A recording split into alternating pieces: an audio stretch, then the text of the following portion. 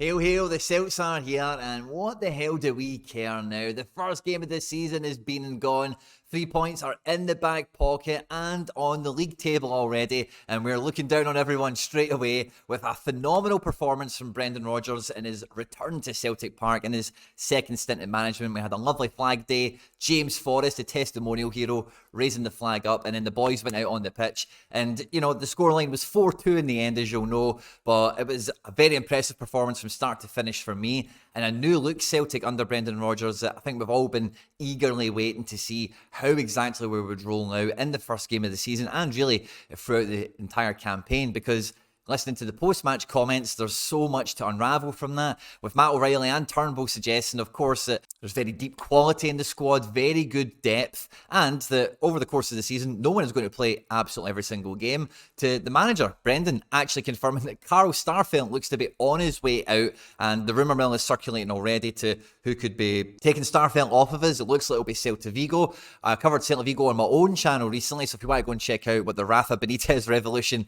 looks like over there already for Big Starfelt, then feel free to jump over to Quinny 3001 for that. But there was a lot of really impressive displays actually on the pitch, and you know, I really enjoyed watching the new version of Celtic under Brendan Rodgers with this squad that we've got at the moment, and the tactical development that we've seen in the team throughout pre-season definitely showed itself here today. But I did see some reaction to the performance and the game yesterday that left me really confused. A lot of people thought the squad looked disjointed and maybe not that well oiled, but when I was watching the game, like I mentioned, you know, I thought we were looking fantastic, and we created a lot of different routes to go that we didn't have last season. So I thought, let's do a video, let's break it down, let's put on the tactics board, and let's see what was different for Brendan Rodgers in the 4-2 win against Ross County versus, I don't know, Celtic last season or whatever. At any point in the video today, if you do laugh, you learn, you like something or whatever, please do like and subscribe to the channel and the video, of course, all that good stuff. Drop a comment below, get involved in the conversation yourself as we're going through and breaking down the game yesterday. We're pushing for 10,000 subscribers on the channel, and we cannot do that without your support. So if you are enjoying the content, feel free to give it a wee share in some group chats and all that good stuff. Drop a like button, smash a comment down below. All that good stuff, guys. And yeah, let's just get stuck straight into it. Now, the lineup when it first came out definitely rocked a lot of boats, mine included. I had Reo Hatate along with everyone else nailed on to start in this midfield three, so much so that when we had Anthony Joseph on the flagship podcast, we didn't even entertain the possibility that the midfield three wouldn't be McGregor, Reo Hatate and Matt O'Reilly. But it was David Turnbull, DT, that got the nod ahead of Reo Hatate, and he really did grab the bull by the horns. He really took his opportunity in this match, and he wrote a lot of the headlines, ultimately ending up with 2 goals in the Man of the Match award. But for the first like 10-15 minutes, this was quite firmly the sort of shape that we'd started out in, a normal kind of 4-3-3, and in the first couple of minutes, you know, Ross County did give us a little bit of pause for cause, a little bit of food for thought, and the main reason I think that a lot of people feel that Ross County maybe gave us some issues in the match early on or made us uncomfortable was, if you remember, quite early on, we had to defend a corner in the first or second minute or something like that. So we'd camped in pretty much everyone into the box, and we're looking to play 1-2 touch counter-attack. I forget where everyone was exactly, but it allowed Ross County to come up into the top end of the pitch themselves and, you know, put their attacking players up for a corner. And then, you know, as the ball has broke and we have had to try and like get out of our half and go and attack them, of course they've had some players retreating and some players falling back into like a defense formation, but because they just had that set piece and they are counting on, these types of teams are always looking for the quick turnover, you know. So if they have a corner, we win the header, Turnbull plays it to Dyson, if he manages to break away and counter attack, cool. But what they're going to always guard against is they're going to keep a couple of bodies in the box, so that if this pass breaks down, which it kind of did in the first 10 minutes a few times, this kind of ball, they can then quickly just put it back into the box, give us something else to deal with. Maybe they get in our corner, maybe they get a throw in. And that's kind of how the first kind of 10 minutes went. That kind of corner they got gave them a bit of an anchor further up the pitch and allowed them to keep an extra body or two a little bit higher than they did for the rest of the match. And it just made that first 5-10 minutes a bit more uncomfortable than you would have imagined. Now, Celtic Park is a big pitch, as we all know, of course, and as soon as we started to get a real handle on the ball, we started to string some passes together, it was clear that absolutely everything was coming through Big Navrochi, and he looked very, very good. Honestly, like, I was watching the game in the studio here with McBride, and I lost count of the amount of times I said left foot, right foot, left foot with Navrochi. Everything he done, first touch on one, pass on the other, so seamless, so smooth. And if you have been watching the channel, listening to content here, and you've been wondering why for a bit of the Starfelt bashing, and why we had a bit of hope that Kobayashi could have been a lot more promising and really helped level up the team is probably what you've seen from Rodgers yesterday. And he had a few moments in the game, one in particular, where he's managed to get himself over the halfway line, and he got himself in this position a few times yesterday, but he did kind of opt for the normal kind of recycle pass. But on one of the occasions, you'll probably remember it, I forget who it was he slid in, but he hit a really good pass, I think it might even been for Dyson, into this little channel here, and we had very quickly 3 or 4 bodies in the box looking to get on the end of it.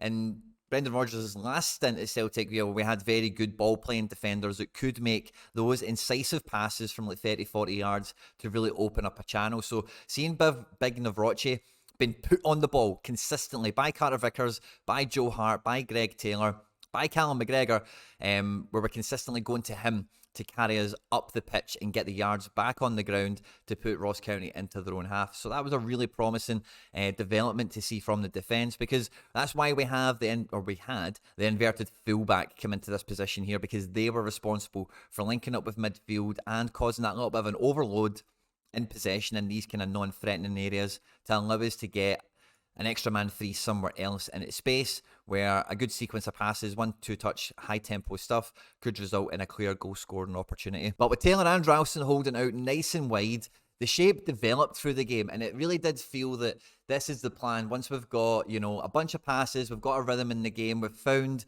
are we going to focus on the left? Are we going to focus on the right? Feels like the players are still allowed to decide some of that stuff when they're actually on the pitch. But the shape that actually ended up taking place on the ball and off the ball wasn't really so much this kind of traditional 4-3-3 kind of shape that we're used to seeing like we did at the beginning of the match, but it very quickly develops into almost this kind of pentagon shape where O'Reilly and McGregor neither of them are playing defensive midfield. They're playing kind of controller, ball progressor midfielder. Turnbull's allowed to play really high, almost up front alongside Kyogo, and you have Dyson and Abada lying in wait. They are now being told to come back a little bit further so that they've got more grass to cover when they counter attack. They've got more space to run into, and this is a huge route to goal, a huge weapon, because when we're playing like this, the problem normally becomes when you've got a really high number 10 and then a really pressing striker like Kyogo up here, is that you end up with 2 guys kind of doing nothing, because if the defensive line marks them up,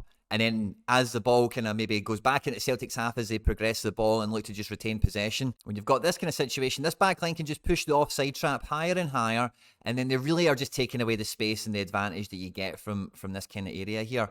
But this is, for me, the key development that we've seen in this match, and we've seen it in a little bit of pre-season as well, in some first halves and some first halves, depending on the personnel that we had. But we very often end up in this kind of pentagon shape here, on the ball and off the ball, and when we're either trying to build the ball out from the back, and we're taking this sort of shape up in possessions for different passing lanes and different passing opportunities that we'll be on for build-up play and whatever. But as soon as the opposition try and get in and crowd a situation out in here, the first player to drop in and really make the overload situation happen in our favour to make sure we can either complete some passing, or if they're starting to get on the ball and win some duels, we can just get the extra man in there to make it more in our favour so we can win the ball back, turn over and go and attack, has been Kyogo. Now, Kyogo played quite a lot of the game. Dyson Maeda played 90 minutes, and in pre-season we've seen O do this quite successfully, but Kyogo's been the one very often at the weekend, you'll have seen this, but dropping into this pentagon shape here, disrupting the ball, causing the overload. Maybe he wins it, maybe he gets on the ball,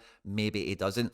But as soon as we get the ball, the first player we're looking to get onto is the top of the pentagon here, which is Turnbull. And then from there, depending on what runs are available and who's actually up with play and where the space is, we're then looking to go on and attack really quickly from there. As soon as we lose possession, this kind of pentagon thing basically then just shapes back up again, and depending on how the play is going, we're just allowing Kyogo to keep busy up here. These guys protect the territory. We've got the defence in behind them. We've got fullbacks for width if we need it, and it feels like a really good shape. The reason that this gives us so many more routes to go is because between Kyogo, Dyson Maeda and Abada, all these guys want to be running into space. Every one of them want the defence to be on the back foot. So for that to happen, you really need to be away from the defence. Now, when we're in possession in particular and we're building up play and we've got this kind of shape and Kyogo's floating around through here, it makes it almost impossible for a defence to mark anyone. So you'll see Ross County, if you watch the game back, they've not got anyone marked very often because we're all playing in really deep in here. And as soon as we get a bit of space, or as soon as we get a trigger pass on the go, it's run, run into space on the front foot. We've put Abada. Abada's found a channel down here and no one's out there. He's just running with the ball all the way down here and he's got the opportunity to square it in for Kyogo, for a tap-in, for example, you know. Now, of course, in possession and in attack, we did see O'Reilly get right in amongst this as well, because Turnbull is almost playing like a forward, so he's playing 1-2 touch stuff. He's keeping himself really high. He's got license to shoot on sight. He's got license to do anything he wants in this final third. But O'Reilly was the real attacking orchestrator, going across this channel here, interlinking with play, getting shots away himself, playing people through, and I thought he did an amazing job. And McGregor was just allowed to be McGregor and just go around, link up with play. He made a few overlapping passes. Third man runs into the box himself, and overall the midfield was given a real creativity to go around, like we've seen with Brendan Rodgers in the past. And like we mentioned before in this channel, he molds himself more on Barca than he does on like any other kind of well-known footballing philosophy, and that does allow your midfield to run the tempo of the game, go all over the play with possession, in a shape, in a formation, and make things happen. Now, like I say, I do think this is all-out attack, so I do think Turnbull and O'Reilly and McGregor at home to Ross County, we can see that kind of thing happen again. Now, the big absentee from this match was Reo Hatate himself. Now, I think we'll probably see Hatate come back into the team against Aberdeen next week, because away to Aberdeen, playing Turnbull and O'Reilly, maybe that's a wee bit too gung-ho, maybe it's a wee bit too attack, and maybe Rodgers would look to get somebody like Reo Hatate on, because probably the main complaint from the Celtic performance at the weekend that I heard people who monitor the stuff and all the rest of it say was it would look disjointed and the play wasn't really coherent, or as coherent as it has been. Now, we very firmly, in the game against Ross County, as soon as we were getting on the ball, we were missing out midfield at every opportunity, where we're looking to play into space, where we're looking to play the front line at every opportunity. O'Reilly, Turnbull and McGregor were not getting on the ball really anywhere around here for the most part. It was as soon as we could try and get into the front line, try and get into space, put them on the back foot, make them retreat, and then we can run onto play and try and get, you know, those extra bodies, those overloads to go and create stuff. And if you're going to play that way, then Reo Hatate would have been useless. You need a Turnbull up there. You need an O'Reilly and a McGregor that can go everywhere. Not saying that Reo wouldn't be able to do that, but I think the manager clearly likes Turnbull in this role, maybe more so than O'Reilly, and definitely more so than Reo. So if this is the shape for the gung-ho kind of effort as it was, all-out attack against a team in Scotland that we should be smashing, then it doesn't look like Hatate's got maybe much room in here unless we're going to be resting or rotating someone. But against Aberdeen, away from home, the shape that we started the match with, it might be a little bit more like that, where it's a bit more of a 4-1-4-1 out of possession, 2 banks of 4 and a smaller pitch away from home, and you're expecting them to have a wee bit more possession, and you want to counter-attack and play decisive passes quickly. Now, one thing Turnbull's great at is playing quickly, so I doesn't necessarily rule him out for this game, but it just, if I think Hatate misses this game, I think there's a chance tactically they could come into the next game, because otherwise I don't think anyone else is up for dropping. I think everyone was fantastic. I was a bit disheartened at Vrocci being the kind of 4 million signing to kind of finish off the defence before Starfelt was, you know, announced to be leaving, because there's already rumours out there that we will replace Starfelt in body and spirit, at least anyway. So, but I think Vrocci looked fantastic. I really do. I think he made a big difference to the defence, and he does feel like the perfect foil to Carter Vickers. He's a little bit taller, a bit more commanding in the air, and Carter Vickers is very good in the air, but he's not, you know, he's not one of these big giant Goliath defenders in that respect, you know. So really good balance I feel that we've got in defence now, and I'm just really excited going week to week now. We scored 4 against Ross County. I think the XG kind of marries in with the, you know, the actual goals that went in, as it were. But I think with the quality, the tempo, and the pace that we're playing with at the moment, every single game, you know, 3, 4, 5 is going to be the expectation level for me, certainly, anyway. I'd be really interested to hear in the comment section what you thought of the game against Ross County yesterday. I hope you enjoyed this one. Don't forget to like, subscribe, and share and retweet and all that good stuff. On screen and now some other stuff that we've made on the channel that YouTube thinks you might enjoy. And we'll catch you on the next one. Hail, hail.